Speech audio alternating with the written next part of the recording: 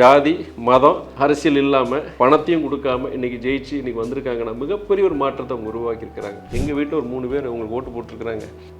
அவங்க உங்களை பார்க்கணுன்னு நினைக்கிறாங்க சொல்லும்போது தலையாசிச்சார். உடனே அவங்களை வர சொன்னோன்னே அவங்களுக்கு கைகால் ஓடலை. அதில் ஒரு அம்மா அப்படியே பிடிச்சி இது பண்ணோடனே அவரும் இது பண்ணோடனே அது இந்தியாவில் மாத்திரம் கிடையாது, உலகம் முழுவதும் வைரல் ஆயிடுச்சு. அது அந்த அம்மாவுக்கு பார்ப்பார். அதுக்கப்புறம் வந்து எங்கிட்ட அடுத்த நாள் சாப்பாடு சாப்பிட்ருக்கும்போது அந்த அம்மா வந்து சொல்லிச்சு, அண்ணன் நேற்று ரொம்ப நான் பரவசப்பட்டு அந்த நேரத்தில் இது பண்ணிட்டேன், தப்பாக அதை நினைக்காதீங்க அப்படின்னு சொல்லுவோம். என்னமோ தப்பாக நினைக்கிறது, உங்களுக்கு பிடிச்ச ஒரு தலைவர் வந்திருக்கிறாரு, அது உங்களுடைய வெளிப்பாடு.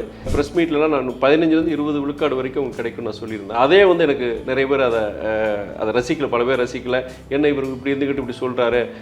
இன்னொரு கேள்வியும் கேட்டாங்க. அவர் சகோதரர் விஜய் பற்றி கேட்கும்போது நான் சொன்னேன், முதல் தடவை சந்திக்கிறோம். அவர் எப்படி ரிசீவ் பண்ணிக்கிட்டார் சார்? எல்லாம் பார்த்தார். ஒவ்வொரு தாளாக நான் கொடுக்கும்போது பார்த்தாரு. அவர் பார்த்து முடிக்கிறதுக்குள்ளே அடுத்ததுக்கு போயிடுவேன் நான்.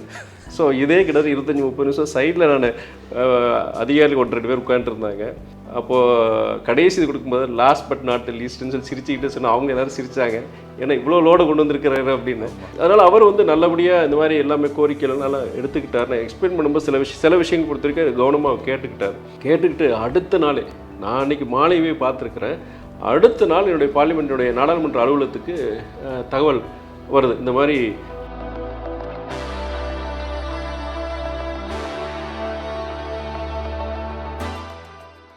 சார் வணக்கம். வணக்கம். இப்போ புது கவர்மெண்ட் ஃபார்ம் ஆகி 1 மந்த் கம்ப்ளீட் ஆக போகுது. நீங்கள் ரொம்ப க்ளோஸாக ஒவ்வொரு நாளுமே கருத்துக்களை சொல்கிறீங்க. பட் இருந்தாலும் இந்த 1 மந்த் எப்படி பார்க்குறீங்க சார்?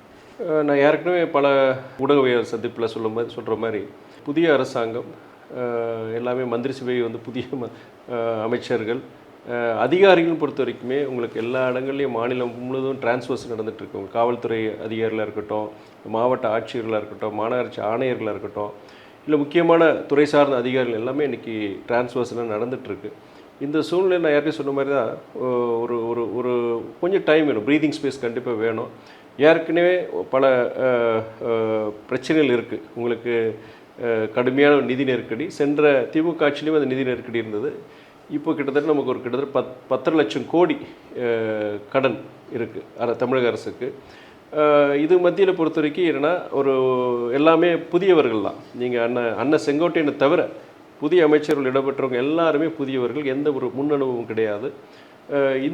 இப்படிப்பட்ட ஒரு சவாலான சூழ்நிலையில் அவங்க வந்து பொறுப்பேற்றிருக்கிறாங்க. எனக்கு என்னென்னா அவங்க தேர்தல் நேரத்தில் நிறைய தேர்தல் அறிக்கையில் நிறைய கொடுத்துருந்தாங்க. குறிப்பாக சாமானிய மக்களுக்கு நம்ம ஏற்கனவே இந்த முந்தைய அரசு மகளிர் உரிமை தொகைன்னு மாதம் 1000 ரூபாய் இது பண்ணியிருந்தாங்க. இப்போ வந்து அவங்க வந்து 2500 சொல்லி ஒரு அறிவிப்பு கொடுத்துருந்தாங்க. கல்வித்துறையாக இருக்கட்டும், இல்லை அடுத்து நம்மளுடைய விவசாய பயிர்க்கடனாக இருக்கட்டும், பயிர்க்கடன் முழு தள்ளுபடின்னு சொல்லியிருந்தாங்க. இது போன்ற தள்ளுபடி தேர்தல் அறிவிப்புகளில் எத்தனை தான் அவங்க செய்ய முடியும்? இப்போ அதை தான் எதிர்க்கட்சிகள் வந்து எல்லாமே இது பண்ணுறாங்க.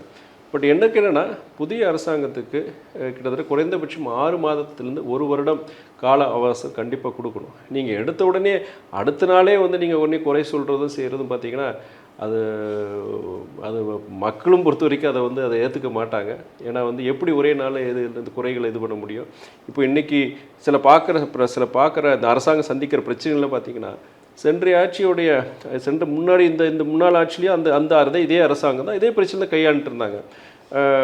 ஏதோ இந்த புதிய அரசாங்கம் வந்ததா பிரச்சனைகள்லாம் பெருசாகிடுச்சு, இல்லை புதிய பிரச்சனைகள் நிறைய வந்திருக்குங்கிற மாதிரி ஒரு சித்தரிப்பு வருது.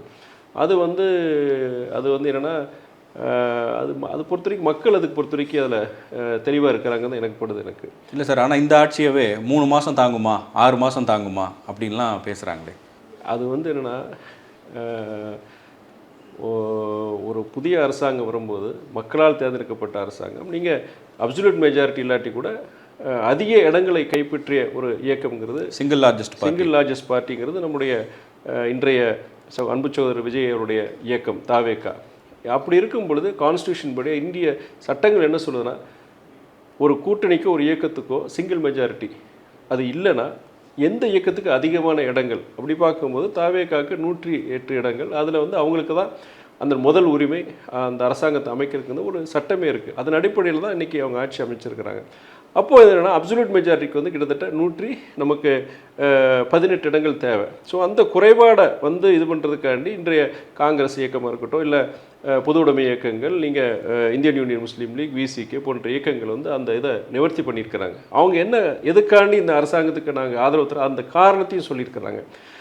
என்ன சொல்லியிருக்காங்கன்னா, அப்படி நாங்கள் ஆதரவு கொடுக்கலன்னா ஒருவேளை தொங்கு மந்திரி சபை வந்து அங்கே வந்து நமக்கு வந்து ஒரு ஹங் அசம்பிளி வரும்போது ஜனாதிபதி ஆட்சி கூட இங்கே செயல்படுத்துறதுக்கு உண்டான வாய்ப்புகள் வந்துடும். ஜனாதிபதி ஆட்சிங்கிற போது தமிழ்நாட்டு மக்களுடைய சார்ந்த திட்டங்களாக இருக்கட்டும், தமிழ்நாட்டு மக்களை அவங்களுடைய தேவைகளை பூர்த்தி செய்கின்ற ஒரு அரசாக அது இருக்க போகிறது கிடையாது. அது உங்கள் ஒன்றிய அரசு, அதையும் நான் ஒன்றிய அரசை குறை சொல்லலை. நான் நீங்கள் டெல்லியிலேருந்து ஒரு ஜனாதிபதி ஆட்சியை நீங்கள் இங்கே செலுத்தும் போது இந்த மக்களுடைய தேவை என்ன, இப்போதைக்கு என்னென்ன திட்டங்களை நிறைவேற்றணும், ப்ரையாரிட்டி பேஸ்டு எதை செய்யணும் அங்கிறது அது தெரியாது. அப்படிப்பட்ட ஒரு ஒரு ஒரு ஒரு சூழ்நிலை வந்துடக்கூடாதுன்னு சொல்லிட்டு தான் இன்றைய பல இயக்கங்கள் கூட்டணியில் அந்த திமுக தலைவர் கூட்டணியில் இருந்தாலுமே இன்றைக்கி வெளியே வந்து அவங்க ஆதரிச்சிருக்கிறாங்க. அது வந்து நான் தவறு இல்லைன்னு தான் சொல்லுவேன். நான் இப்படிப்பட்ட ஒரு நெருக்கடியான சூழ்நிலையை பொறுத்த வரைக்கும் முடிஞ்ச வரைக்கும் வந்து இன்றைய அரசாங்கம் பொறுத்த வரைக்கும் அன்றைக்கி முதலமைச்சர் சொல்லும்போது குதிரை பேரம்ங்கிறது சொல்லும்போது குதிரை பேரம் கிடையாது, குதிரை வேகத்தில் செயல்படக்கூடிய ஒரு அரசுன்னு சொல்லியிருந்தார். நானே பர்சனலாக எனக்கே சில நிகழ்வுகள் இப்போ அதுக்கு நான் அனுபவிச்சிருக்கிறேன். நான் அது இன்ஃபேக்ட் இந்த இன்டர்வியூவில் நான் ஷேர் பண்ணிக்கணும்னு நினைக்கிறேன். ப்ளீஸ் சார், அதை பற்றி கொஞ்சம் சொல்லுங்களேன் சார். இந்த நான் அவருடைய இன்ஃபேக்ட் திருச்சி ஏர்போர்ட்டில் தான் பத்திரிகையாளர் சந்திப்பில் கேட்டாங்க. நான் இன்றைக்கி புரோட்டோகால் படி என்னன்னா, நான் அந்த தொகுதியோட நாடாளுமன்ற உறுப்பினராக திருச்சிக்கு வர நம்முடைய பிரைம் மினிஸ்டராக இருக்கட்டும், சீஃப் மினிஸ்டராக இருக்கட்டும், நம்ம போய் வரவேற்கிறது ஒரு சம்பிரதாயம். நீங்கள் சென்ற முந்தைய ஆட்சியில் கூட நம்முடைய முதலமைச்சர் வரும்போது கூட்டில் இருந்தாலும் சரி, கூட்டில் இருக்கும்போது நான் வரவேற்றேன். அதே வேளையில் நம்ம எதிர்க்கிற ஒன்றிய அரசை எதிர்க்கிறோம். இருந்தாலும் நாட்டினுடைய பிரதம மந்திரி வரும்பொழுது திரு மோடிஜியை பொறுத்த வரைக்கும் நான் அன்றைக்கி ஏர்போர்ட்டில் போய் திமுகவோட அமைச்சர்கள் கூட அவங்களும் சேர்ந்து கூட தான் வந்திருந்தாங்க. அவங்க கூட போய் அன்றைக்கி பிரைம் மினிஸ்டர் போய் நான் வரவேற்றேன். இது ஒரு புரோட்டோக்கால். ஏன்னா திருச்சி தொகுதி மக்களுக்கு ஒரு தேவைன்னு வச்சுக்கோங்க, இல்லை ஒரு முக்கிய திட்டங்கள் இருக்குன்னு வச்சுக்கோங்க, அது ஒன்றிய அரசு சார்ந்ததுன்னா ஒன்றிய அரசை சார்ந்த அமைச்சர்களை போய் நான் சந்திக்கணும், அவங்ககிட்ட நான் அந்த பரிந்துரைகளை கொடுக்கணும். அதே மாதிரி மாநில அரசுனா அந்த மாநில அரசு சார்ந்த அமைச்சர்களை பார்க்கணும். அப்படி இருக்கும் பொழுது புதிதாக பொறுப்பேற்ற நம்முடைய முதலமைச்சர் முதல் முறையாக அவர் திருச்சிக்கு வராரு. அப்போ திருச்சி தொகுதியோடைய நாடாளுமன்ற உறுப்பினராக மதிமுகவுடைய எம்பின்னு கிடையாது, திருச்சி மக்கள் தேர்ந்தெடுத்த ஒரு நாடாளுமன்ற உறுப்பினர். அந்த மக்களுடைய பிரதிநிதியாக நான் ஏர்போர்ட்டுக்கு போய் நம்மளுடைய முதலமைச்சரை நான் வரவேற்றேன். இதில் எந்த வித அரசியல் இதுவும் கிடையாது. அப்போ அந்த ப்ரெஸ் மீட்டில் கேட்குறாங்க, சார் நீங்கள் நம்முடைய சிஎம்ஐ நீங்கள் வந்து இங்கே வரவேற்றீங்க, இதில் தான் அரசியல் உள்நோக்கம் இருக்கா, நீங்கள் கூட்டணி உடனே இங்கே மாற போகிறீங்களா? நான் சொன்னேன், இது அப்படிலாம் கிடையாது, சம்பிரதாயம். என்னுடைய மதிமுக சார்பாகவோ இல்லை எந்த ஒரு அரசியல் இது கிடையாது, திருச்சி மக்களுடைய ஒரு பிரதிநிதியாக நான் இங்கே வந்து நான் வரவேற்றேங்கிறத நான் சொன்னேன். நான் அப்போ கேட்டாங்க நீங்கள் முதலமைச்சரை போய் நீங்கள் சந்திப்பீங்களான்னு கேட்கும்போது, திருச்சி மக்களுக்காக அப்படி ஒரு சந்திப்பை நான் உருவாக்குவேன்னு சொன்னேன். நான் அது சொன்னபடியே நான் அன்றைக்கி உடனே நான் ஏற்கனவே நான் கேட்டிருந்தேன், நான் அப்பாயின்மெண்ட் கேட்டிருந்தேன். நான் அப்போது அன்றைக்கி நீங்கள் முதலமைச்சர்கிட்ட அன்றைக்கி ஒரு அப்பாயின்மெண்ட் கொடுத்துருந்தாங்க, ஒரு 3-4 நாளுக்கு முன்பு நினைக்கிறேன் கொடுத்துருந்தாங்க. அப்போது நான் அவர் போய் சந்திச்சினாங்க. கிட்டத்தட்ட ஒரு 40 நிமிடங்கள் இருக்கும். அதில் கிட்டத்தட்ட 25-30 நிமிஷம் கிட்டத்தட்ட 12க்கு மேற்பட்ட கோரிக்கைகள், அதில் திருச்சி என்னோடய தொகுதிக்கு உட்பட்ட கோரிக்கைகள் தான். நெடிய ரொம்ப நாளாக வந்து நிறைவேற்றப்படாத சில ப்ராஜெக்ட்ஸ் முக்கியமாக. அது வந்து சில ப்ராஜெக்ட்ஸ் திட்டங்கள் பொறுத்த வரைக்கும் ஒன்றிய அரசுடைய ஒத்துழைப்பு வேணும், மாநில அரசுடைய ஒத்துழைப்பு வேணும். அது உதாரணமாக சொல்லணும்னா, நீங்கள் திருச்சி ஏர்போர்ட்டுடைய ரன்வே எக்ஸ்பென்ஷனு கிட்டத்தட்ட நான் பொறுப்பேற்கும்போது கிட்டத்தட்ட 50% தான், 50 விழுக்காடு தான் நிலத்தை கையகப்படுத்தியிருந்தாங்க. 12 வருஷம் அந்த பிரச்சனை போயிட்டு இருந்தது. நான் இப்போ ரொம்ப மாதம் ஒரு ரிவ்யூ மீட்டிங் வச்சு மாவட்ட ஆட்சியர், மாவட்ட நிர்வாகம் அவங்கெல்லாம் ஒத்துழைச்சாங்க. அதன் அடிப்படையில் கிட்டத்தட்ட 95 விழுக்காடு 95% இன்றைக்கி லேண்ட் அக்விசிஷன் முடிஞ்சது, வேலை நடந்துகிட்ருக்கு. இப்போது பேலன்ஸ் ஒரு 5% பார்த்திங்கன்னா அதில் வந்து ஒரு 36 ஏக்கர் வந்து நம்ம இனியும் அக்வயர் பண்ண வேண்டியிருக்கு. அது ஓடுதளத்து மேலேயே ஒரு 7 ஏக்கர்ஸ் வச்சும் இருக்குது. எல்லாம் கிட்டத்தட்ட பேசி முடிச்சாச்சு. அதுக்குண்டான அந்த guideline revision amount, claim amount பொறுத்து கொஞ்சம் வேறுபாடு இருக்குது. அதனால் அந்த நில உரிமையாளர்கள் கொஞ்சம் அதுக்கு அவங்க அப்ஜெக்ஷன் ரைஸ் பண்ணியிருந்தாங்க. அதுவுமே பேசி செஞ்சு அந்த ஃபைல் அப்ரூவலுக்கான ஃபினான்ஸ் செக்ரட்டரியில் இருக்குது. ஸோ அது விஷயமா சொல்லிவிட்டு கிட்டத்தட்ட முடிஞ்சிருச்சு. நீங்கள் அந்த இது கொடுத்துட்டீங்கன்னா 100% ஓடுதலை விரிவாக்கம் முடிஞ்சிருச்சுன்னா நமக்கு வந்து திருச்சி விமான நிலையமுடைய வளர்ச்சி ரொம்ப நல்லா இருக்கும். திருச்சி விமான நிலைய வளர்ச்சிங்கிறது வேலைவாய்ப்புகள் உருவாக்கும், ப்ளஸ் உங்களுக்கு தொழிற்சாலைகள், ஏற்றுமதி போன்ற பல்வேறு இதுக்கு வந்து அது ஒரு ஊக்கமளிக்கிற ஒரு இதாக இருக்கும்னு சொல்லிட்டு அதை நான் சொன்னேன். நான் ரெண்டாவது வந்து திருச்சிக்கு மதுரைக்கு மெட்ரோ ரயில் கேட்டிருக்கிறாங்க, கோயம்புத்தூருக்கு மெட்ரோ ரயில் கேட்டிருக்காங்க, திருச்சிக்கு யாருமே கேட்கல. இது பல நாட்களில் திருச்சி மக்களுடைய பல இடங்களில் பார்த்துருக்கீங்கன்னா, சார் நமக்கு மெட்ரோ ரயில் பேச்சே கிடையாது சார், யாருமே கேட்க மாட்டேங்கிறாங்கன்னு சொல்லும்போது, இல்லை நான் கண்டிப்பாக நான் இது பண்ணுறேன்னு சொல்லியிருந்தேன். அதுக்கும் வந்து என்ன முதலமைச்சர்கிட்ட சொல்லியிருந்தேன். நான் அது ஏற்கனவே சில வருடங்களுக்கு முன்பு அதுக்குள்ள ஆய்வு எடுத்திருக்கிறாங்க. ஆய்வு பண்ணி ஒரு டிபிஆர் டீட்டெயில் ப்ராஜெக்ட் ரிப்போர்ட் விரிவான அந்த திட்ட அறிக்கையை வந்து தயார் பண்ணியிருக்கிறாங்க. பட் அது வந்து அது ஃபர்தராக ப்ரொசீட் ஆகலை. அது விஷயமும் நான் சொல்லியிருந்தேன். மூணாவது முக்கியமான விஷயம் என்னன்னா, திருச்சியை வந்து தமிழ்நாட்டுடைய 2வது தலைநகரமாக நான் சொல்லியிருந்தேன். இது புரட்சித் தலைவர் எம்ஜிஆர் வந்து அந்த காலத்தில் சொல்லும்போது அதை கிண்டல் செஞ்சாங்க, என்னப்பா இது இப்படி சொல்கிறாரு அப்படின்னு சொல்லிட்டு. ஆனால் ஒரு தீர்க்கதரிசியாக அன்றைய தலைவர் புரட்சித் தலைவர் வந்து அதை சொல்லியிருக்கிறார். ஏன்னா எப்படி நம்ம இந்தியாவில் வந்து டெல்லி வந்து ஒரு அட்மினிஸ்ட்ரேட்டிவ் கேபிட்டல், பார்லிமெண்ட்டு எல்லாமே, சென்ட்ரல் கவர்மெண்ட் ஆஃபீஸ் எல்லாம் அங்கே இருக்குது. பட் நம்மளுடைய ஃபினான்ஷியல் கேபிட்டல் எதுனா பாம்பேன்னு சொல்லுவாங்க நீங்கள். அப்படி மாதிரி தமிழ்நாட்டை பொறுத்த வரைக்கும் சென்னை வந்து ஒரு ஃபினான்ஷியல் கேபிட்டலாகவும், நம்ம திருச்சி வந்து ஒரு அட்மினிஸ்ட்ரேட்டிவ் கேபிட்டலாகவும் நம்ம கொண்டு வரலாம். ஏன்னா வந்து ஃபஸ்ட் திங்னா சென்னை வந்து டீகன்ஜஸ்ட் பண்ணுறது. இங்கே டிராஃபிக்கு, இங்கே ஜனத்தொகை பெருக்கம், பல்வேறு பிரச்சனைகள் வந்து நம்ம சந்திச்சுட்ருக்கோம். ஸோ இங்கே இதை நீங்கள் அட்மினிஸ்ட்ரேட்டிவ் கேபிட்டலாக நீங்கள் திருச்சியை கொண்டு போகும்போது இங்கே அதை டீகன்ஜெஷன் அது ஒரு சென்னைக்கு நல்லது. ரெண்டாவது பொறுத்த வரைக்கும் என்னென்னா, திருச்சி என்னென்னா திருச்சியுடைய வளர்ச்சிக்கும் நல்லது. தமிழ்நாட்டில் இன்றைக்கி தென் மாவட்டங்களையும் மேற்கு மாவட்டங்கள்லேருந்து நீங்கள் சென்னைக்கு வரணும்னா ஒரு நாள் ஆயிடுது உங்களுக்கு. 12 மணி நேரம் 14 மணி நேரம் ஆயிடுது. சாதாரண ஜனங்க அவங்க ஒவ்வொரு இந்த இன்றைக்கி தலைமைச் செயலகத்துக்கோ இல்லாட்டி அரசாங்கம் சார்ந்த ஏதாவது கோரிக்கைகளுக்கு வரணும்னா, சென்னைக்கு வரணும்னா அவங்களுக்கு ஒரு நாள் அவங்க பணம் செலவு, பொருளாதார செலவு, டைமு இதாகுது. அதனால் என்னென்னா திருச்சியில் உங்களுக்கு 4 hours 5 hours 5 hours 6 hours நீங்கள் மேக்ஸிமம். கன்னியாகுமரியில் வந்தால் கூட 6 மணி நேரத்தில் வந்துடலாம். நீங்கள் கோயம்புத்தூரில் வந்து 3.5 மணி நேரம் 4 மணி நேரத்தில் வந்துடலாம். ஸோ எனக்கு என்னென்னா திருச்சி ஒரு மைய பகுதியாக இருக்கிறனால சாதாரண ஜனங்களுக்கு நம்மளுடைய தலைநகரத்தை வந்து அங்கே அட்மினிஸ்ட்ரேட்டிவ் கேபிட்டல் திருச்சியை கொண்டு வந்தீங்கன்னா அது பெரிய ஒரு இதாகும். ப்ளஸ் மத்திய மாவட்டங்களுக்கு ஒரு பெரிய ஒரு வளர்ச்சியை கொடுக்கும். சமத்துவமான வளர்ச்சி தமிழ்நாடு முழுக்கும் நடக்கிறதுக்கும் ஒரு வாய்ப்பு இது நம்ம வழிவகுக்குன்னு சொல்லிட்டு, அதாவது அன்றைய முதலமைச்சர் புரட்சித் தலைவர் செஞ்சிருந்தார். இன்றைக்கு வந்து பல பேர் உங்களை வந்து புரட்சித் தலைவர் 2ஆம் அவதாரமாக நினைக்கிறாங்க. அப்படி இருக்கும்போது இதை நீங்கள் செஞ்சீங்கன்னா ஒரு தமிழ்நாட்டுக்கு நல்லது, உங்களுக்கும் மிகப்பெரிய ஒரு நல்ல பேர் கிடைக்கும். புரட்சித் தலைவர் நினச்சதை நீங்கள் செய்கிறீங்கிறது கிடைக்கும்னு சொல்லும்போது ரொம்ப ரசித்தார். அதுக்கப்புறம் பார்த்திங்கன்னா உங்களுக்கு உலர் துறைமுகம் ட்ரை போர்ட்டு இது என்னென்னா திருப்பூரில் இருக்குது. இப்போது திருப்பூரில் உங்களுக்கு தெரியும் ஒரு எக்ஸ்போர்ட், உங்களுக்கு நிறைய ஏற்றுமதி, உங்களுக்கு டெக்ஸ்டைல் நிறைய எக்ஸ்போர்ட்ஸ் நடக்கிற ஒரு இடம். அங்கே வந்து அங்கே இருக்கிற ஏற்றுமதி இதை வந்து ஊக்குவிக்கிறதுக்காண்டி சில வருடங்களுக்கு முன்பு அன்றைக்கி நம்ம இதை ட்ரை போர்ட் உலர் துறைமுகம் போட்டிருக்கிறாங்க. அது என்னென்னா உங்களுக்கு ஏற்றுமதியாளருக்கு வந்து உங்களுக்கு நேரத்தை மிச்சப்படுத்தும், பொருளாதாரத்துக்கு வந்து உங்களுக்கு செலவு வந்து பொறுத்த வரைக்கும் நிறைய குறைக்கும். இதனால் வந்து இப்போ அதே மாதிரி திருச்சி என்ன பார்க்க, திருச்சியில் வந்து நிறைய இன்ஜினியரிங் இண்டஸ்ட்ரீஸ் இருக்குது, நிறைய இன்ஜினியரிங் இண்டஸ்ட்ரீஸு ப்ளஸ் வந்து எம்எஸ்எம்இஸ் நிறைய இருக்குது. அக்ரிகல்ச்சர் விவசாயம் சார்ந்த ஏற்றுமதி நிறைய நடக்குது. அப்படி இருக்கும்போது திருச்சி மாத்திரம் கிடையாது, நீங்கள் பக்கத்தில் கரூர், பெரம்பலூர், அரியலூர், டெல்டா மாவட்டங்கள், தஞ்சை மாவட்டம், டெல்டா மாவட்டங்கள், அங்கே இருக்கிற மத்திய மாவட்டம், மத்திய தமிழ்நாட்டுக்கே பொறுத்த வரைக்கும் ஒரு மிகப்பெரிய ஒரு வளர்ச்சியை கொடுக்கும். ஏற்றுமதி தொழிற்சாலைகளுக்கும் உற்பத்தி இதுக்கும் நிறைய ஒரு இது கொடுக்குன்னு சொல்லிட்டு உலர் துறைமுகம் ட்ரை போர்ட் ஏற்கனவே இதுக்குண்டான ஹோம்ஒர்க் நான் பண்ணியிருந்தேன். இது கிட்டத்தட்ட ஒன்றிய அரசு சார்ந்த ஒரு திட்டம். கிட்டத்தட்ட 4 அமைச்சரோட ஒப்புதல் கிடைக்கணும். Ministry of ports, ministry of commerce, surface transport and nodal ministry வந்து ஃபினான்ஸ் மினிஸ்ட்ரி. 4 அமைச்சர்கள் நான் கிட்டத்தட்ட 8 மாதம் முன்னாடி சந்தித்து எல்லாருமே இதுக்கு பாசிட்டிவாக சொல்லியிருந்தேன். குறிப்பாக நம்முடைய நிதியமைச்சர் நிர்மலா சீதாராமன் அம்மையார் அவங்க வந்து ரொம்ப இன்ட்ரெஸ்ட். ஏன்னா அவங்களுக்கு வந்து திருச்சியில் அவங்க படிச்சிருக்காங்க, செஞ்சுருக்காங்கன்னு சொல்லும்போது அவங்க ரொம்ப இன்ட்ரெஸ்ட். இது யாருமே இதை சொல்லலையே அப்படின்னு சொல்லி ஆச்சரியப்பட்டாங்க. நல்ல ஒரு ப்ராஜெக்ட் அப்படின்னு சொல்லும்போது அதுக்கப்புறம் மினிஸ்ட்ரி ஆஃப் போர்ட்லேருந்து கூட எனக்கு ஒரு லெட்டர் வந்திருந்தது. இது வந்து பாலிசி வைஸ் பார்க்கும்போது திருச்சியில் வந்து இது கொண்டு வர முடியாதுங்கிற மாதிரி சொன்னாங்க. அம்மையார்கிட்ட போய் சொல்லும்போது அது பழைய பாலிசிங்க, 20 வருஷம் முன்னாடி பாலிசிங்க. திருச்சி வந்து தமிழ்நாடு பொறுத்த வரைக்கும் இட்ஸ் மேனுஃபேக்சரிங் ஸ்டேட்டு, திருச்சி பொறுத்த வரைக்கும் இட்ஸ் மேனுஃபேக்சரிங் ஒரு சிட்டி. அப்படி இருக்கும்போது இதெல்லாம் அதுக்கு இதாகாதுங்க. கண்டிப்பாக நான் பேசுகிறேன், அமைச்சர்கிட்ட பேசுகிறேன். நீங்கள் ஒன்றுன்னா நம்ம தமிழ்நாட்டிலேருந்து நீங்கள் ஒரு ப்ரொபோசல் மாதிரி கொண்டு வர பாருங்கள் அப்படின்னு சொல்லியிருந்தாங்க.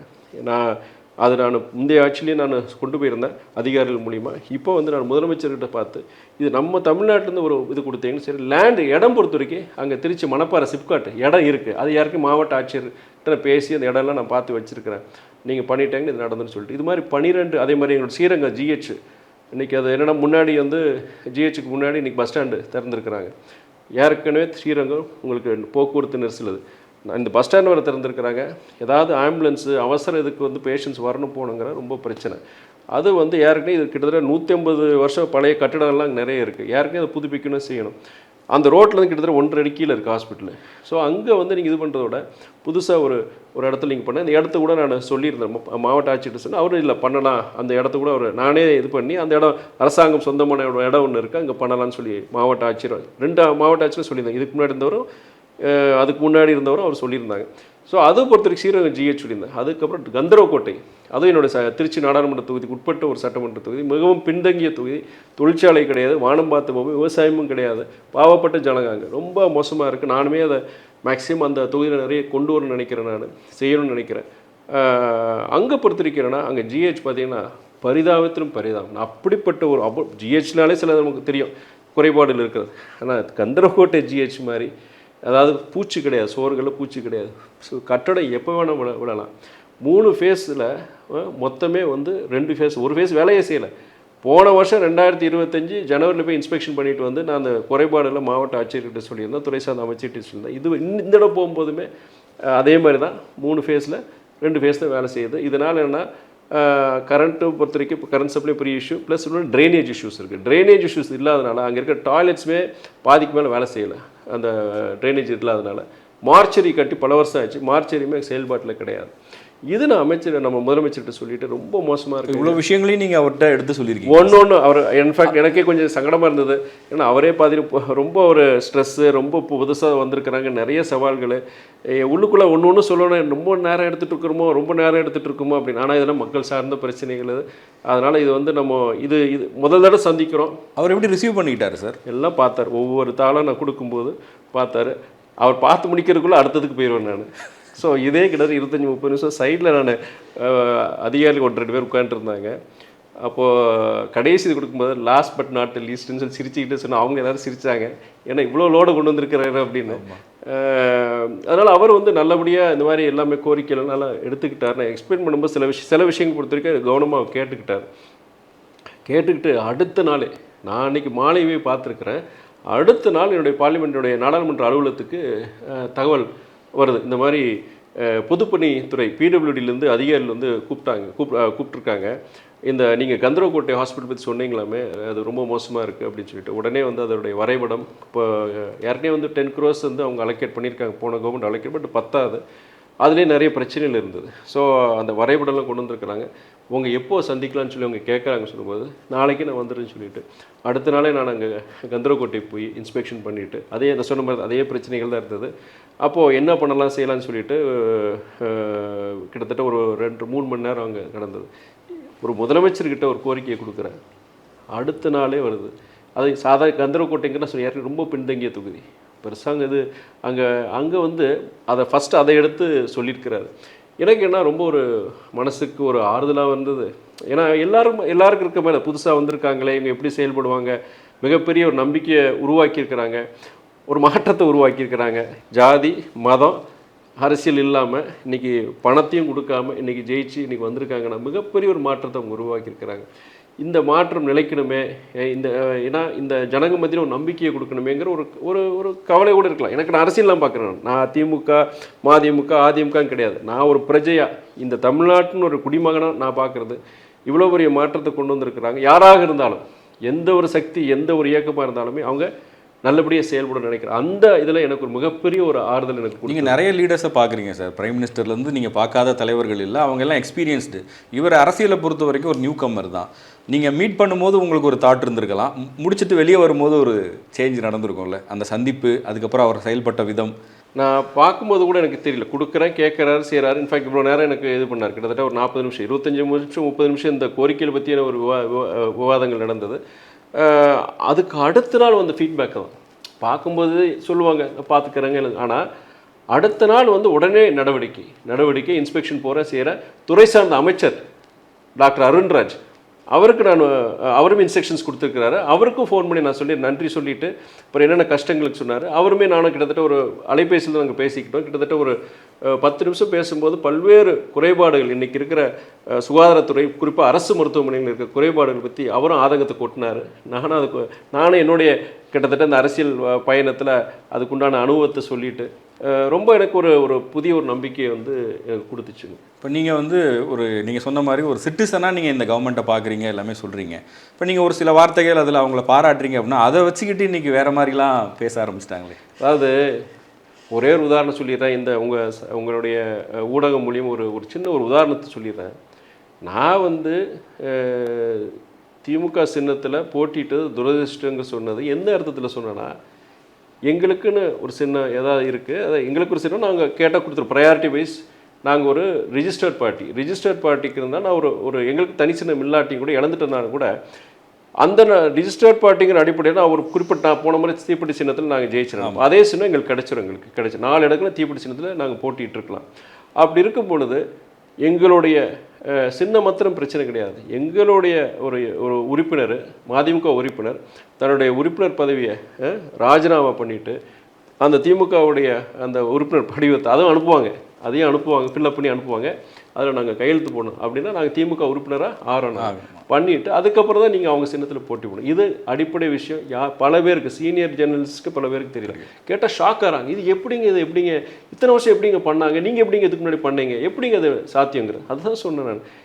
இதுதான் நான் துரதிருஷ்டம் சொன்னேன் தவிர நாங்கள் வந்து கூட்டணியில் போட்டி போட்டது நாங்கள் இதாக சொல்லலாம். அஃப்கோர்ஸ் சில காமன் மினிமம் ப்ரோக்ராம் நீங்கள் அந்த சில முக்கியமான காரணங்களுக்காக நாங்கள் திமுக கூட்டணியில் நாங்கள் கிட்டத்தட்ட 10 வருஷம் இப்பயும் பயணிச்சுட்டு தான் இருக்கிறோம்.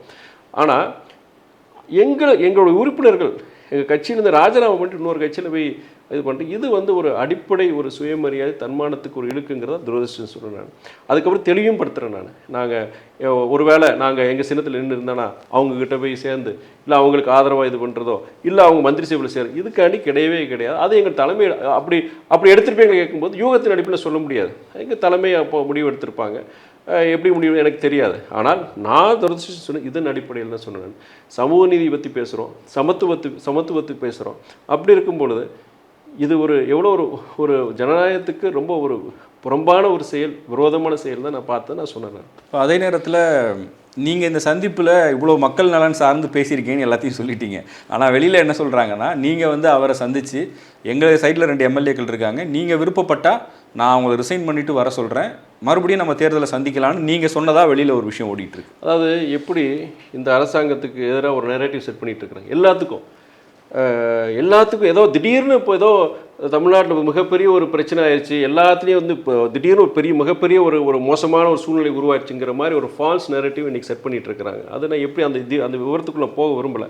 அதே மாதிரி என்ன இன்றைக்கி அவங்களுடைய அரசியல் எதிரிகளை வந்து பொறுத்த வரைக்கும் எப்படிலாம் அவங்க நெகட்டிவாக கொண்டு போகலாம், அதுக்கு ஒரு நெரேட்டிவ் செட் பண்ணி அது ஒரு 50 வாடகை வாய்களை வச்சுக்கிட்டு சோக்கால் மூத்த பத்திரிக்கையாளர்னு சொல்லுவாங்க, இன்ஃப்ளூயன்சர்னு சொல்லுவாங்க, அதை வச்சுக்கிட்டு இன்றைக்கி வந்து அது ஒரு ட்ரெண்டு மாதிரி ஆகிப்போச்சு. இன்றைக்கி அவங்க வச்சுட்டு ஒரு சித்தரிப்பை கொண்டு வராங்க. I don't care, I give a damn, அதை பற்றி கவலைப்பட்டதும் கிடையாது.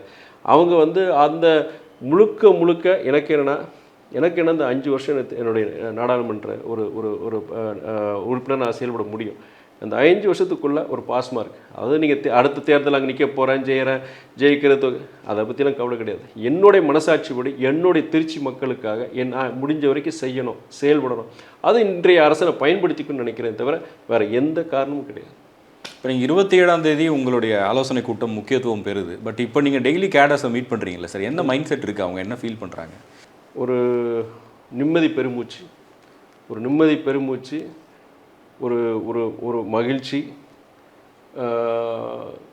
தலைமை இதெல்லாம் வந்து இயக்கத்தை நம்ம கட்சி தலைமை பொறுத்த வரைக்கும் இந்த விஷயத்தில் வந்து அவங்க தொண்டர்களுடைய மனநிலையை புரிஞ்சுக்கிட்டு ஒரு முடிவு எடுப்பாங்கிற ஒரு நம்பிக்கை ஏற்பட்டிருக்கு. அதுக்குள்ளே போக விரும்பல நான். ஓகே சார், இங்கே அந்த வீடியோஸையும் பார்க்க முடிஞ்சுது.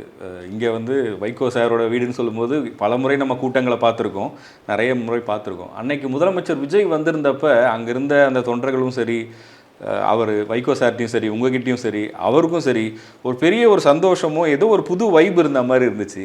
அன்னைக்கு எப்படி இருந்தது சார்? அதாவது முதலமைச்சர் வந்து நம்ம இல்லத்திற்கு வரப்போகிற தெரிஞ்சோன்னே எல்லாருக்கும் ஒரு சந்தோஷம் இருந்தது. அதே நேரத்தில் தமிழ்நாட்டு அரசியலுங்கிறது ஒரு வன்மம் நிறைந்த அரசியலாக இருக்குது. நீங்கள் கொள்கை ரீதியாக சித்தாந்த ரீதியாக நீங்கள் தாக்கிக்கலாம், செஞ்சுக்கலாம். ஆனால் இங்கே தமிழ்நாடு அரசியல் பொறுத்த வரைக்கும் அந்த ஒரு வன்மம், தனிப்பட்ட முறையில் வன்மத்தை பண்ணுறது, பழிவாங்கிற அரசியல், இதெல்லாம் வந்து நம்ம ரொம்ப வருஷமாக பார்த்துட்ருக்கோம். அப்படி இருக்கும்போது ஒரு புதிய அரசியல் கலாச்சாரம், நீங்கள் தேர்தல் முடிஞ்சு போச்சு, எல்லாரோட எதிர்க்கட்சி தலைவர் வீட்டுக்கும் நம்ம போகிறோம், இது ஒரு ஒரு புதிய ஒரு இது நான் வந்து ரொம்ப ஆச்சரியப்பட்டோம். நம்ம வரவேற்றோம். நம்ம இங்கே பொறுத்த வரைக்கும் வரும்பொழுது இன்ஃபேக்ட் எங்களுக்கு காலையில் எங்களுக்கு செய்தி வந்துருச்சு வரப்போகிறான்னு சொல்லும்போது எல்லாருக்கும் ஒரு சந்தோஷம். அப்போது வந்து அவர் இங்கே வந்திருந்தார். அவர் முகத்திலேயே நல்ல ஒரு சந்தோஷம். அவர் தலைவராக அவர்கிட்ட நல்லா பேசுனாங்க. நானும் நான் சொன்னேன், உங்களுடைய அரசியல் பொறுத்த வரைக்கும் சாதி மதங்களை கடந்த அரசியல், இந்த பண அரசியலை வந்து எல்லாம் முறியடித்து நீங்கள் வெற்றி பெற்றுக்கிறீங்க. நான் இங்கே அதே இடத்துல உட்காந்துட்டு தான் பேசுகிறவர்கிட்ட சொல்கிறேன் நான், ஐயா மூப்பனார் பண்ண முடியாத, எங்கள் தலைவர் பண்ண முடியாத, புரட்சி கலைஞர் அண்ணன் விஜயகாந்த் பண்ண முடியாத நீங்கள் செஞ்சுருக்கிறீங்க. மிகப்பெரிய ஒரு மாற்றத்தை உருவாக்கியிருக்கீங்க. அரசியலை கடந்து எல்லாரும் உங்கள்கிட்ட ஒரு மிகப்பெரிய ஒரு சந்தோஷம் அப்படின்னு ஒரு மகிழ்ச்சி ஏற்பட்டிருக்கு அப்படின்னு நான் சொன்னேன். இப்போ அதில் நீங்கள் வந்து இந்த வீட்டில் இருந்த பணியாளர்கள் கூட விசிலுக்கு தான் ஓட்டு போட்டாங்கன்னு சொன்னது, அது என்னென்னா, இந்த விவாதம் வந்து கிட்டத்தட்ட தேர்தலுக்கு ஒரு மாதம் முன்னாடியே விவாதம் வந்து என்னுடைய மனைவி என்கிட்ட சொன்னாங்க. இந்த மாதிரி வந்து எப்பா அவங்க வீட்டில் எல்லாருமே அந்த 3 பணியாளர்கள் பேரை சொல்லி எல்லாருமே அவங்க விசிலுக்கு தான் போடணும்னு சொல்லிகிட்டு இருக்கிறாங்க அப்படின்னு சொல்லும்போது, என்ன காரணம் நான் கேட்கும்போது, இல்லைல்ல அவங்க வந்து அவர் வந்தால் நல்லா இருக்கும்னு நினைக்கிறாங்க, எல்லாம் ரொம்ப அதில் ரொம்ப வேகமாக இருக்கிறாங்கன்னு சொல்லிட்டு இருக்கும்போது, அவங்க எல்லாருமே அந்த இடத்துல அந்த பகுதியில் எல்லாருமே அப்படி இருக்கிறாங்கன்னு சொல்லும்போது, ஏன் இப்போ இவங்களுக்கெல்லாம் மகளிர் உரிமை தொகையில் மாதம் 1000 கொடுக்குறாங்களா, வருது இல்லையா? அதெல்லாம் கிடைக்குது. அதை நான் சொன்னேன். அவர் சொன்னும்போது எங்கன்னா 2500 கொடுக்க போகிறாரு அப்படின்னு, அது சாத்தியப்படுமான்னு அதையும் நான் கேள்வியை கேட்க வச்சேன் நான். ஆனால் அவங்க வந்து இல்லைல்ல அங்கன்னாலும் செஞ்சுருவார் அப்படின்னு சொல்லி நம்பிக்கை. அது வந்து வீட்டம்மா கிட்ட ஒரு வாதம் நடந்திருக்கு. ஏன்னா ஏன் இப்போ இந்த அரசாங்கம் நல்லா தானே பண்ணிட்டு இருக்கிறாங்க சொல்லும்போது, அவங்களுடைய இது சொல்லும்போது, அன்னைக்கு முதலமைச்சர் சகோதரர் விஜய் வீட்டுக்கு வர போகிறார் செய்தி வந்த உடனே அடுத்த நிமிஷமே நான் என்னோடய வீட்டம்மாக்கு மனைவி கிட்ட சொல்லி, எப்போ அவங்ககிட்ட சொல்லியிருக்கேன் 3 மணிக்கு கரெக்டாக இங்கே இருக்க சொல்லுங்கள், வேறு வெளியில் அந்த செய்தியை பரப்பிட வேண்டாம், ஏன்னா காலையில் தெரியுது, காலையில் சொன்னேன் அது ரொம்ப கூட்டம் வந்துட சொல்லிவிட்டு 3 மணிக்கு அவங்கள இங்கே இருக்க சொல்லுங்கன்னு சொன்னோன்னே அவங்களுக்கு ரொம்ப சந்தோஷம், பயங்கரமான சந்தோஷம். அப்போது தலைவர் வந்தார். தலைவர் வந்து பேசிட்டு எங்கள் கட்சியோட மாவட்ட செயலரை அறிமுகப்படுத்தப்பட்டு நான் தான் ஒரு சகோதரர் கேட்டேன், எங்கள் வீட்டில் ஒரு 3 பேர் உங்களுக்கு ஓட்டு போட்டிருக்கிறாங்க, அவங்க உங்களை பார்க்கணுன்னு நினைக்கிறாங்க சொல்லும்போது தலையரசர் உடனே அவங்கள வர சொன்னோன்னே அவங்களுக்கு கைகால் ஓடலை. அதில் ஒரு அம்மா அப்படியே பிடிச்சி இது பண்ணோடனே அவரும் இது பண்ணோடனே அது இந்தியாவில் மாத்திரம் கிடையாது, உலகம் முழுவதும் வைரல் ஆயிடுச்சு அது. அந்த அம்மாவுக்கு பார்ப்பார். அதுக்கப்புறம் வந்து எங்கிட்ட அடுத்த நாள் சாப்பிட்ருக்கும்போது அந்த அம்மா வந்து சொல்லிச்சு, அண்ணன் நேற்று ரொம்ப நான் பரவசப்பட்டு அந்த நேரத்தில் இது பண்ணிட்டேன், தப்பாக அதை நினைக்காதீங்க அப்படின்னு சொல்லுவோம். என்னமோ தப்பாக நினைக்கிறது, உங்களுக்கு பிடிச்ச ஒரு தலைவர் வந்திருக்கிறாரு, அது உங்களுடைய வெளிப்பாடு, இதில் நான் ஒன்றும் தப்பே கிடையாது, எதுக்கு அப்படி நினைக்கிறீங்கன்னு சொன்னால் அந்த அம்மாவுக்கு ரொம்ப சங்கடமாகி போச்சு. ஏன்னா நெகட்டிவ் கமெண்ட்ஸு நிறைய வந்து ட்ரோல் பண்ணிவாங்க செஞ்சாங்க.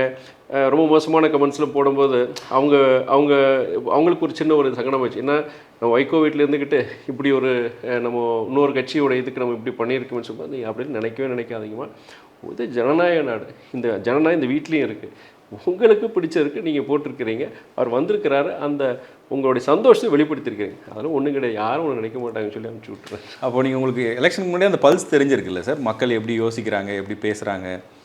ஓரளவு தெரிஞ்சது. ஏன்னா இவ்வளவு இதாக இருக்கு நானே எதிர்பார்க்கல. நான் நினச்சது வந்து இன்ஃபேக்ட் நீங்களே பார்த்துருப்பீங்க, ப்ரெஸ் மீட்லலாம் நான் 15-20 விழுக்காடு வரைக்கும் உங்களுக்கு கிடைக்கும் நான் சொல்லியிருந்தேன். அதே வந்து எனக்கு நிறைய பேர் அதை ரசிக்கல, பல பேர் ரசிக்கல, என்ன இவர் இப்படி இருந்துக்கிட்டு இப்படி சொல்கிறாரு.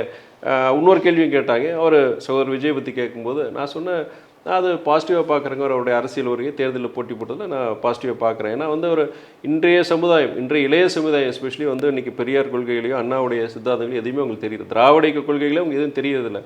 பெரியார் ஃபோட்டோ காமிச்சது யாருன்னு கேட்பாங்க, அண்ணா ஃபோட்டோ காமிச்சது யாருன்னு கேட்பாங்க. ஆனால் இன்றைக்கி அவர் சகோதரர் விஜய் பொறுத்த வரைக்கும் இன்றைக்கி பெரியார் யார் அண்ணா யார், அவங்களுடைய கொள்கைகள்லாம் சொல்லும்போது அதன் அடிப்படையில் நான் என்னுடைய அரசியல் பயணம் இருக்குன்னு சொல்லும்போது யார் இந்த பெரியார் யார் இந்த அண்ணாங்கிறது இன்றைக்கி இளைய சமுதாயத்துக்கு இந்த செய்தி போகுது, அது நல்ல விஷயம்னு சொல்லி நான் கிட்டத்தட்ட ஒரு 2-3 மாதம் எலெக்ஷனுக்கு முன்னாடியே 2 மாதம் முன்னாடி நான் சொல்லியிருந்தேன், எலெக்ஷனுக்கு 1 மாதம் முன்னாடி சொல்லியிருந்தேன் நான்.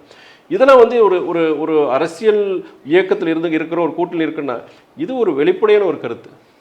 பட் நானே 15-20% நினச்சிட்டு இருந்தேன். ஆனால் இது கிட்டத்தட்ட 35 விழுக்காடு அவங்க வாங்கியிருக்கிறாங்க. அது மிகப்பெரிய ஒரு ஆச்சரியம் தான். ஓகே சார், இந்த கவர்மெண்ட் வந்து அடுத்த ஒரு 5 இயர்ஸ் கம்ப்ளீட் பண்ணுவாங்கன்ற அந்த நம்பிக்கை இருக்கா சார்? அந்த மைனாரிட்டின்றதுனால ஒரு கேள்வி வருது. இதுக்கு முன்னாடி பொறுத்த வரைக்கும் இதே மாதிரி மைனாரிட்டி கவர்மெண்ட்ஸ் வந்து ரன் பண்ணியிருக்காங்க சென்ட்ரலில். நீங்கள் டெல்லியிலையும் சரி, இங்கே தமிழ்நாட்டிலையும் இதே மாதிரி சூழ்நிலை முன்னாடி இருந்திருக்கு. 5 வருஷம் அவங்க இது பண்ணியிருக்கிறாங்க. எனக்கு பொறுத்த வரைக்கும் இந்த அரசு மாண்பு முதலமைச்சர் அன்பு சகோதரர் விஜய் தலைமையிலான இந்த அரசு 5 வருடங்கள் கண்டிப்பாக அவங்க ஃபுல் டேர்மை முடிச்சிருவாங்க. இன்னொரு கருத்தும் இருக்குது, இது வந்து ஒரு 10 வருஷத்துக்கான கவர்மெண்ட், இனிமேல் விஜய் அசைக்கவே முடியாதுன்னுலாம் சொல்கிறாங்க. அது நம்ம சொல்ல முடியாது இல்லையா? அது என்னென்னா, யாராக இருந்தாலும் சரி, புரட்சித் தலைவர் ஒரு எம்ஜிஆராக இருக்கட்டும், யாராக இருந்தாலும் வந்து ஜனநாயக நாட்டில் நம் மக்களுடைய எதிர்பார்ப்புகள், அந்த எதிர்பார்ப்புகள் அதுக்கு நம்ம அதை பூர்த்தி செய்கிற மாதிரி நம்மளுடைய ஒரு ஒரு அரசியலும் சரி, ஒரு ஆட்சியும் சரி, அரசாங்கமும் அப்படி இருந்தால் தான் நமக்கு வந்து ஆதரவு கிடைக்கும். ஜனங்க பொறுத்த வரைக்கும் முன்னாடி ரொம்ப தெளிவாக இருக்கிறாங்க. அதன் அடிப்படையில் இருக்கும். அதுக்கு போது அவரோட இந்த அரசாங்கத்தோட செயல்பாடு வச்சு நம்ம சொல்ல முடியும். அது இல்லை 10 வருஷம் நிரந்தரம், இதெல்லாம் வந்து ஒரு ஜனநாயக நாட்டில் அது சொல்கிறது நல்லதும் கிடையாது, ஆரோக்கியமானதும் கிடையாது. பட் எனக்கு பொறுத்த வரைக்கும் இந்த எவ்வளோ சவால்கள் இருக்குது இந்த அரசாங்கம். புதிய அரசாங்கத்துக்கு நிதி நெருக்கடி, கிட்டத்தட்ட 10 லட்சம் கோடி கடன் இருக்குது. ஒன்றிய அரசு எப்படி இவங்களுக்கு ஒத்துழைப்பாக இருக்க போகிறாங்க, அது ஒரு பெரிய ஒரு கேள்விக்குறியாக இருக்குது. இதுக்கு மத்தியில் எதிரிகள் எத்தனை பேர் இன்றைக்கி அரசியல் பொறுத்த வரைக்கும் அத்தனை இயக்கங்கள் இன்றைக்கி வந்து பெரிய இயக்கங்கள் பொறுத்த வரைக்கும் இவருடைய இந்த அரசாங்கத்துக்கு எதிராக இருக்கிறாங்க. அப்படி இருக்கும் பொழுது புதியவர்கள், அனுபவம் கிடையாது, இந்த பல சவால்களை சந்திக்கிற இந்த அரசாங்கம் பொறுத்த வரைக்கும் முடிஞ்ச வரைக்கும் அவங்க செயல்படுவாங்கிற ஒரு நம்பிக்கை இருக்குது. அவருக்கு அந்த மன உறுதி இருக்கிறதா பார்க்குறீங்க? அது பார்க்குறேன். நீங்கள் மன உறுதி இல்லைன்னா யோசிச்சு பாருங்கள். அதிமுக, திமுக எல்லாமே கிட்டத்தட்ட ஒரு கட்சி கிட்டத்தட்ட 75 ஆண்டுகள் இருக்குது. பலமுறை ஆளுங்கட்சியாக இருந்திருக்கிறாங்க, பலமுறை எதிர்கட்சியாக இருந்திருக்கிறாங்க. அதே மாதிரி ஏடிஎம்கே பொறுத்த வரைக்கும் அவங்க ஒரு புரட்சித் தலைவர் எம்ஜிஆர் அவர்களால் உருவாக்கப்பட்ட ஒரு இயக்கம். அம்மையார் அவங்க ஜெயலலிதா இருந்தாங்க. இப்படிப்பட்ட ஒரு வலுவான இயக்கங்கள். அதே மாதிரி பாஜக பொறுத்த வரைக்கும் இன்றைக்கி ஒன்றியத்தில் அவங்க தான் ஆட்சியில் இருக்கிறாங்க. இப்படிப்பட்ட ஒரு வலுவான இயக்கங்களை வந்து எதிர்த்து நம்ம அரசியலில் பயணிக்கலாங்கிறது அதே ஒரு பெரிய ஒரு தைரியம் தானே. கண்டிப்பாக அதெல்லாம் அதெல்லாம் 100க்கு 100 சொல்லுவேன் நான். இந்த ஒரு மனதைரியம் சரி, அந்த துணிச்சல், அதெல்லாம் வந்து 100க்கு 100 நான் சொல்லுவேன் நான். உங்கள் தொண்டர்களுக்கு என்ன சார் சொல்ல விரும்புகிறீங்க இந்த இன்டர்வியூ? தொண்டர்கள் பொறுத்த வரைக்கும் என்னென்னா, நம்ம ஒரு மாற்றத்தை வந்து தமிழ்நாட்டுக்கு உருவாக்கியிருக்கிறாங்க.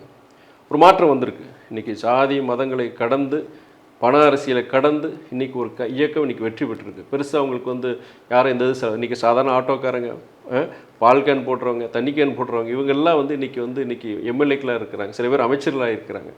எளியவர்கள் இன்றைக்கி ஒரு அரசியல் பொறுப்புக்கு ஒரு நிர்வாகத்துக்கு வந்திருக்கிறாங்க. இந்த மாற்றம் வந்து தாவேக்கால முடியுதுன்னா ஏன் பிற இயக்கங்களால் முடியாது? அப்போது நம்ம தாவேக்கா மாதிரி இல்லாட்டியும் கூட அட்லீஸ்ட் குறைஞ்சபட்சம் நம்ம மதிமுக பொறுத்த வரைக்கும் நம்ம மக்கள் சார்ந்த அரசியல், இன்றைக்கி பொறுத்த வரைக்கும் அரசியல் பொறுத்த வரைக்கும் மக்களுக்கு வந்து ஒரு நம்பிக்கை இல்லாமல் போச்சு. ஏன்னா அரசியல்வாதிகளே பொறுத்த வரைக்கும் மக்களுக்கு எதிரானவர்கள், இவங்க ஒரு அவங்க மேலே ஒரு நம்பிக்கை இல்லாமல் போச்சு. அதனால தான் இன்றைக்கி இந்த மாற்றம் வந்திருக்கு. இது பொறுத்த வரைக்கும் இந்த ஒரு புதிய ஒரு களம் அமைஞ்சிருக்கு. இப்போது இதில் வந்து லெவல் பிளேயிங் ஃபீல்டு ஆங்கிலத்தில் சொல்லலாம். நாம் இப்போ பொறுத்த வரைக்கும் மக்கள் சார்ந்த அரசியல், முன்னேற்ற அரசியல், இதை நம்ம கொண்டு போய் செஞ்சாங்கன்னா அவங்கவுங்க சக்திக்கு, ஒரு கிராமத்தில் இருக்கணும், ஒரு கிளைச்செயலர்னால் அவர் அந்த பகுதியில் செய்யலாம். ஒரு பகுதிச் செயலர், ஒரு நகரத்தில் ஒரு பகுதிச் செயலர். இப்போ அரசியல் பொறுப்பில் இருக்கவங்க சட்டமன்ற உறுப்பினர் வந்திருக்காங்களா, நீங்கள் ஒர்க் பண்ணுங்கள். நீங்கள் மக்களை சார்ந்து மக்கள்கிட்ட போங்க. அவங்க என்னென்ன பிரச்சனை இருக்குது, என்னென்ன எதிர்பார்ப்புகள் இருக்குது, அதை தெரிஞ்சுக்கிட்டு அந்த அரசியல் நீங்கள் எடுத்து செஞ்சீங்கன்னா கண்டிப்பாக மக்கள் மத்தியில் ஒரு வரவேற்பை உருவாக்கலாம். இந்த இயக்கத்தை நம்ம மதிமுகவுடைய கட்சியோடைய கட்டமைப்பை நம்ம வலுப்படுத்தணும். அதுதான் நம்மளுடைய ஒரு முக்கிய குறிக்கோளாக இருக்கணுங்கிறது என்னுடைய மெசேஜாக இருக்கும். சரிம்மா சார், இந்த கேள்விகளுக்கெல்லாம் உங்களுடைய ஸ்டைலில் ரொம்ப அழகாக பதில் சொன்னீங்க. உங்கள் டைம் எங்களோட ஸ்பெண்ட் பண்ணதுக்கு மிக்க நன்றி. நன்றி.